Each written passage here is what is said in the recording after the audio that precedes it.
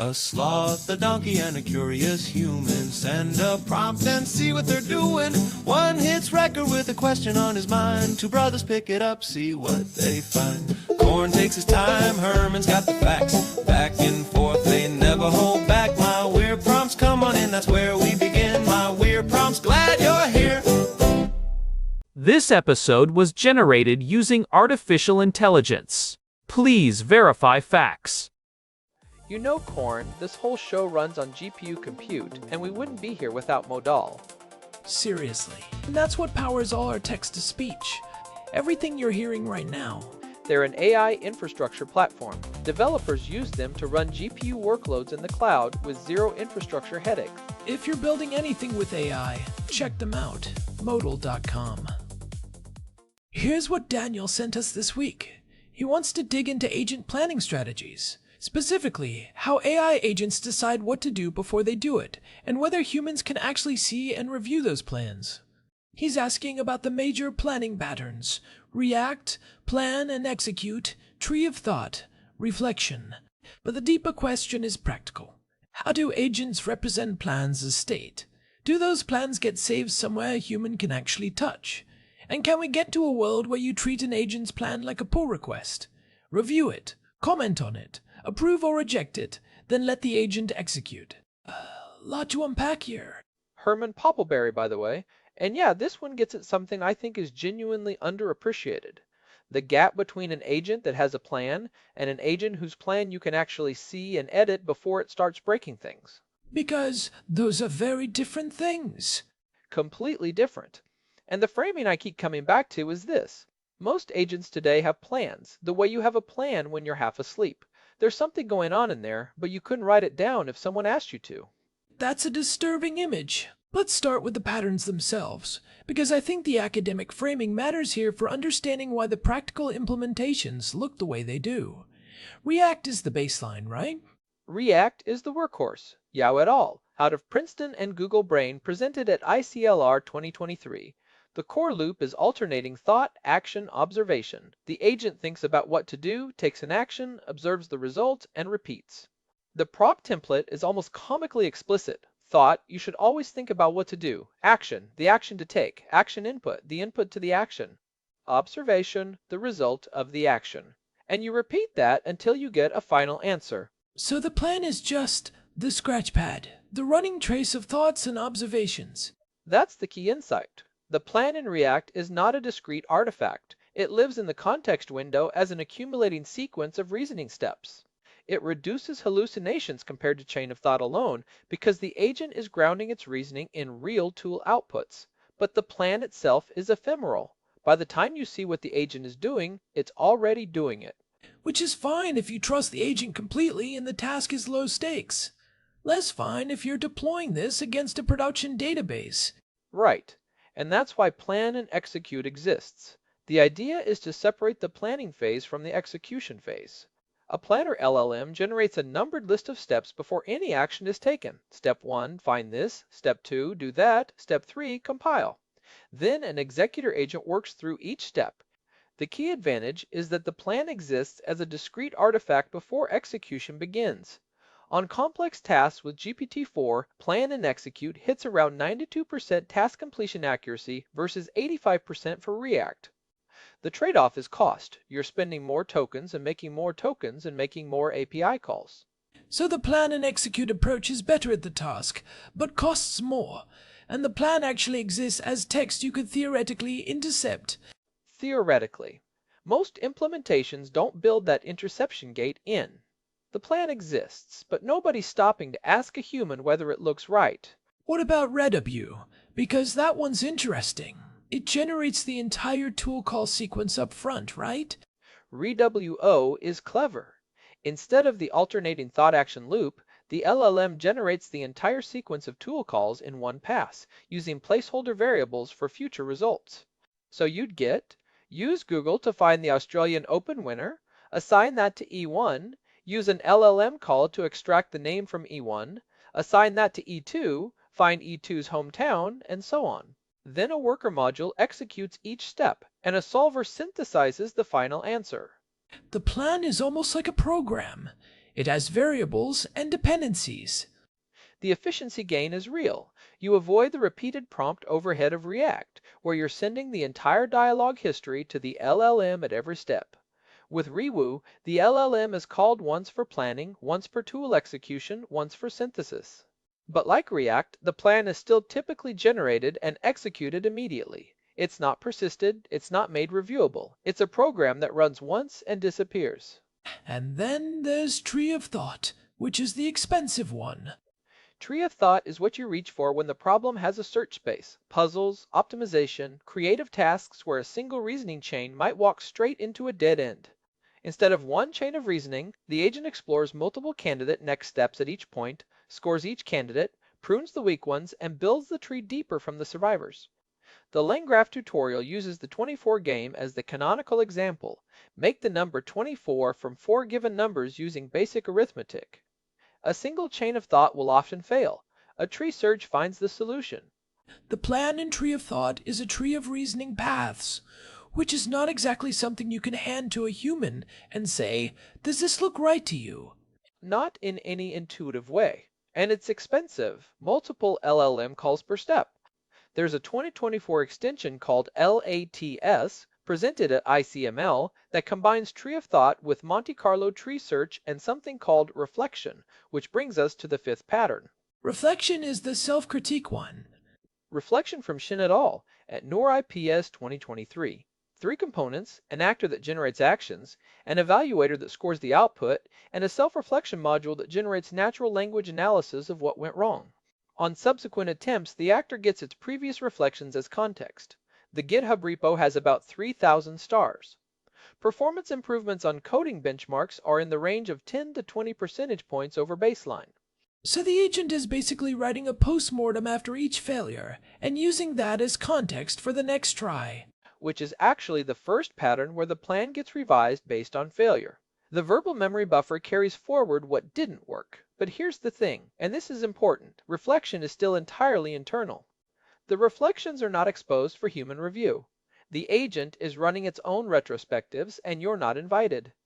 And there's a fundamental problem with that, right? Because the agent's self-critique is only as good as the agent's ability to recognize its own errors. There's an EMNLP 2025 paper that makes this point sharply. LLMs generate plausible but incorrect content with high internal self-consistency. A model can confidently defend a wrong answer through multiple reflection rounds. The self-consistency that makes the model's reasoning seem coherent is the same property that prevents it from catching errors it's confident about. You can run reflection 10 times and get 10 iterations of the same confident mistake. So self-critique is not a substitute for human review. It catches a certain class of errors and is blind to another class. That's the upshot. Which is why the question of whether plans get made visible matters so much. By the way, today's episode is running on Claude Sonnet 4.6, so if the script seems unusually well organized, that's why. Credit where it's due. Okay, so let's talk about the practical side. How do the actual frameworks handle plan persistence? Because LangGraph is the one that seems most architecturally serious about this. LangGraph is doing something genuinely different. The model is that agent workflows are state machines, graphs where nodes are processing steps and edges define control flow. State is a typed data structure, either a typed dict or a pydantic model, that carries all the information the agent needs, and every step of the graph reads from and writes to a checkpoint of that state. So the plan isn't just a thought, it's a typed field in a data structure that gets checkpointed. You can literally define a state class with a plan field, an approved field, and an execution results field. The plan gets written by the planner node, the approved flag gets set by a human review step, and the executor node only runs when approved is true. One Medium article described LangGraph as feeling like Git for AI agents. Checkpoints are like commits. You can fork from any checkpoint, resume from any point. That metaphor actually extends pretty far. If checkpoints are commits, then an interrupt before the executor node is like a branch protection rule. That's the interrupt mechanism, announced December 2024. It's modeled on Python's input function. The graph just pauses and waits. You can set interrupt after equals planner to pause execution right after the planner node runs, before the executor touches anything. At that point, you call getState on the graph, you see the plan, you read it, you decide. If you approve, you call invoke with none and execution resumes. If you want to edit the plan, you call update state with a revised plan and then resume. The thread ID system means you can pause for hours or days. The state is persisted to a database backend. And there's a real production example of this. A travel booking agent built with LangGraph and Streamlit from a MarkTech Post write-up in February 2026. The agent generates a travel plan as a pedantic model. Fields for trip title, origin, destination, dates, travelers, budget, preferences, lodging nights, all of it. The graph pauses at a wait for approval node using interrupt. The human sees the plan as editable JSON in the Streamlit UI. They can edit the JSON, approve, or reject. Only after explicit approval does the execute tools node run. The quote from the article is, "By combining LangGraph interrupts with a Streamlit front end, we create a workflow that makes agent reasoning visible, controllable, and trustworthy instead of opaque and autonomous." The gap being that LangGraph gives you all the plumbing, but no built-in review UI. You're building the Streamlit app yourself. That's the gap. LangGraph is infrastructure, not a product. The checkpointing system, the interrupt mechanism, the update state capability, all there. The human-facing review interface is your problem. Now, AutoGen takes a completely different approach. AutoGen is a multi-agent conversation framework from Microsoft. Plans aren't explicit data structures. They emerge from dialogue between agents. The assistant agent writes code and plans in natural language. The user proxy agent can execute code and solicit human input. Human input modes are ALways, NEL, or terminate, which controls when the proxy asks a human for input. AutoGen Point 4 supports save state and load state for persistence, but what you're saving is the entire conversation history, not a structured plan artifact. So to review the plan in AutoGen, you'd have to read the conversation and figure out what the agent said it was going to do. Which is not a terrible workflow for a developer who's already monitoring the conversation. But it's not a structured approval gate. The plan is implicit in the dialogue, not a first-class object. Let's talk about Claude Code's plan mode, because I think this is the most interesting human-in-the-loop design from a product standpoint.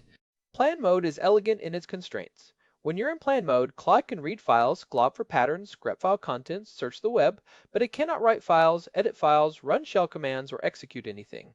It's a read-only operating mode. The agent analyzes your codebase, asks clarifying questions, and generates a detailed implementation plan. Then it stops. And the plan gets written to a file.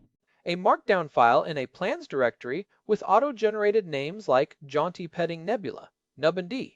You can open it with Ctrl-G, edit it in your text editor, save it, and Claude picks up the changes. You can configure it to write plans to a project, local directory like docs plans, and commit them to version control. So the plan becomes a version-controlled artifact. It's a decision record. That's exactly how Anthropic's official best practices frame it. The recommendation from Boris Cherny, who created Claude Code, is a 4-phase workflow: explore in plan mode, plan in plan mode, implement in normal mode, commit in normal mode. And the plan file committed to Git becomes the PR description for significant features. There's a practical efficiency argument here that's separate from the safety argument. A developer tracked their sessions and found that when they skip planning, they redo the task from scratch roughly 40% of the time. With plan mode, a task that took 35 minutes of trial and error took 12 minutes. That 40% redo rate is the number that should make everyone stop and think. Planning isn't just about oversight, it's about not wasting time. The agent that plans first is faster, not slower. And there's a one-sentence rule from Anthropic's best practices: if you can describe the exact if in one sentence, skip the plan. If you can't, plan first. That's a genuinely useful heuristic. Now, Armin Ronicher, the Flask creator, reverse-engineered plan mode and found something interesting about how it's actually implemented. This is where it gets philosophically interesting. Ronicher found that plan mode is, at its core, a prompt injection plus a state machine for entering and exiting the mode.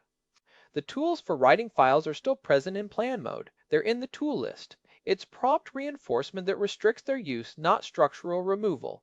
The agent is told not to write files, and it mostly complies. There's an exit plan mode tool that signals readiness for user review, but the agent can enter an exit plan mode itself. So the enforcement is behavioral, not architectural. The agent is choosing not to write files because it's been instructed not to. Which raises the question Ronacher poses directly: should planning constraints be enforced structurally, where the planning agent literally doesn't have write tools or via prompting? OpenHands takes the structural approach. Walk me through OpenHands. OpenHands, formerly OpenDevon, uses an event stream architecture with a clean two-phase planning workflow. Phase 1, a planning agent with read-only tools, glob, grep, and a planning file editor tool that can only write to plan.md, nothing else. Phase 2, an execution agent with full editing capabilities reads plan.md and implements it.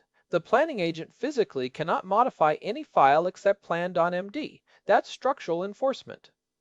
And planned.md has a defined structure enforced by the system prompt: objective, context summary, approach overview, implementation steps, testing and validation. 5 sections every time. The plan is a typed artifact with a schema. Compare that to Claude Code's plan, which is unstructured markdown. Both are persistent files on disk. Both can be committed to version control, but OpenHands' plan has enforced sections that make it easier to review systematically. The gap in OpenHands is that there's no built-in human approval gate between the planning phase and the execution phase. You'd need to wire that in yourself. You'd add a step between the two phases where a human reads plan.md and either approves or edits before the execution agent starts. The infrastructure for the artifact is there. The approval workflow is not. Let's talk about Devon, because Devon's model is interestingly different from all of these.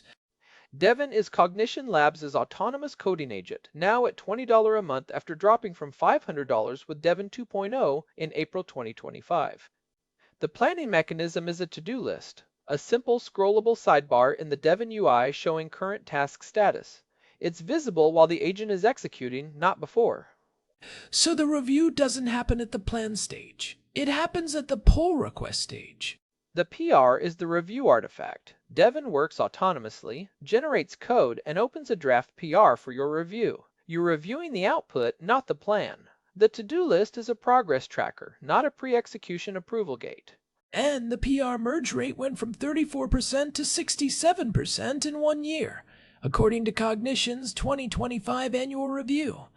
67% of PRs now merged, nearly double the prior year. The efficiency numbers are striking. Security vulnerabilities that take human developers an average of 30 minutes take Devon an average of 90 seconds. Language migrations running 10 to 14 times faster than human engineers. Goldman Sachs, Santander, Nubank are customers. But 33% of PRs still get rejected, and all that work happened before the rejection.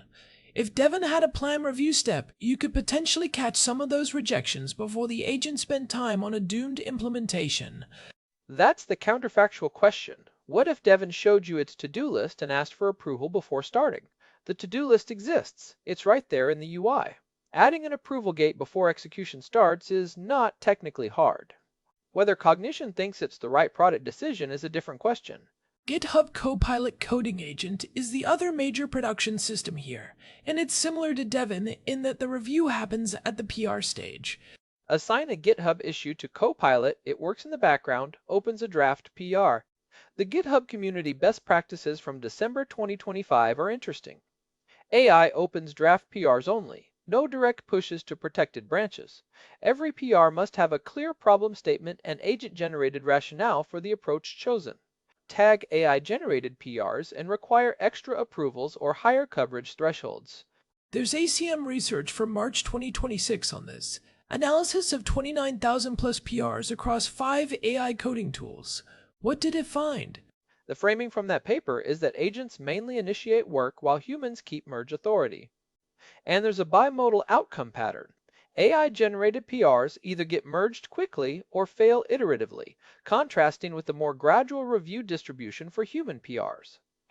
The human is still the final gate, but the review is happening at the end of the process, not the beginning. So let's pull back and ask the big question Daniel is pointing at. The vision of treating an agent's plan like a pull request. Review it, comment on it, approve or reject it, then execute. What would that actually require? 6 things, roughly. A structured plan format, not just markdown but typed fields, step dependencies, maybe a schema, inline commenting on specific plan steps, version history of plan revisions, approval gates with named approvers, automatic execution upon approval, and rollback if execution diverges from plan. How close does anything get to all 6? LangGraph gets closest on the infrastructure side. Type state, checkpointing, interrupt for approval gates, update state for editing, thread IDs for async review, resume for execution. But you're building the review UI yourself, there's no inline commenting system, and there's no built-in version history of plan revisions beyond what you implement in your state schema. Claude Code Plan Mode gives you the persistent artifact and version control integration, but the plan is unstructured and there's no approval tracking. OpenHands gives you the structured artifact and structural enforcement of the planning constraint, but no built-in approval gate. Devon and Copilot give you the review artifact, but it's the output, not the plan. Nobody has all 6. The thing that strikes me is that the tooling exists to build this. LangGraph's interrupt, plus a decent web front end, plus a structured plan schema. You could build the plan as pull request workflow today. It's not a research problem, it's an engineering problem. And there are teams doing it.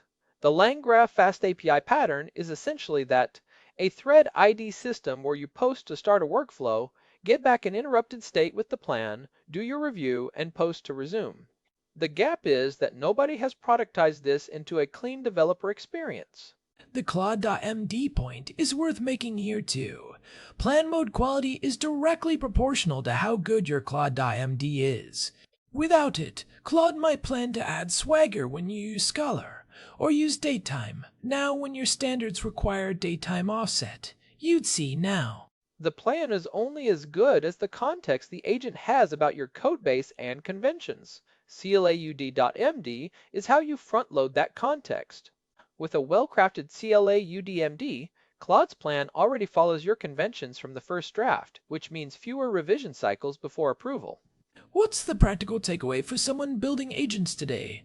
If you're using LangGraph, where do you start? Start with interrupt after on your planner node. That's one line of code that adds a human review gate between planning and execution. Add a plan field to your state type dict. Use a PostgreSQL checkpointer instead of in-memory saver for production. That's the minimum viable plan review system. From there, you can layer in update state for editing and build a simple web UI for the review step. For Claude Code users, the practical habit is plan mode by default for anything you can't describe in one sentence. Commit your plan files to Git. Use a docs plans directory so plans become part of your project history. And the CLAUDMD investment pays off here specifically. Every hour you spend writing good CLADDD content saves review cycles on every plan the agent generates going forward. For teams evaluating Devon or Copilot coding agent, the question to ask is, at what point in the workflow do you want human judgment? If you're comfortable reviewing at the PR stage, those tools work well. If you want pre-execution approval, you're going to need to wire in additional gates. The Devon PR merge rate going from 34 to 67% in a year is impressive, but it also tells you that a third of the work is still being thrown away. Pre-execution plan review is a lever you could pull to reduce that waste. The self-consistency trap is the other thing I'd want practitioners to internalize. Reflection and self-critique are useful, but they don't catch errors the agent is confident about. Human review catches a fundamentally different class of errors. The EM&LP 2025 research on this is pretty clear. The same internal consistency that makes an agent's reasoning seem coherent is what prevents it from seeing its own confident mistakes. You can run 10 reflection rounds and get 10 iterations of the same wrong answer. Human review is not optional as a quality gate. It's doing something the agent structurally cannot do for itself. There's a future here that seems pretty clear. The plan as pull request workflow becomes standard infrastructure for any serious agentic deployment. Structured plan artifacts, human approval gates, version history, inline commenting. The building blocks are all there. The thing I'd add is that this isn't just about safety or oversight in the abstract. The 40% redo rate finding is the economic argument. Planning first with human review is faster than executing first and fixing failures. The agent that generates a reviewable plan and waits for approval ships more reliably than the agent that charges ahead. That's the case you make to an engineering organization. Good stuff. Thanks as always to our producer Hilbert Flemingtop for keeping this show running. Big thanks to Modal for providing the GPU credits that power the generation pipeline. Genuinely couldn't do this without them. This has been My Weird Prompts. If you want to get notified when new episodes drop, search for My Weird Prompts on Telegram. See you next time.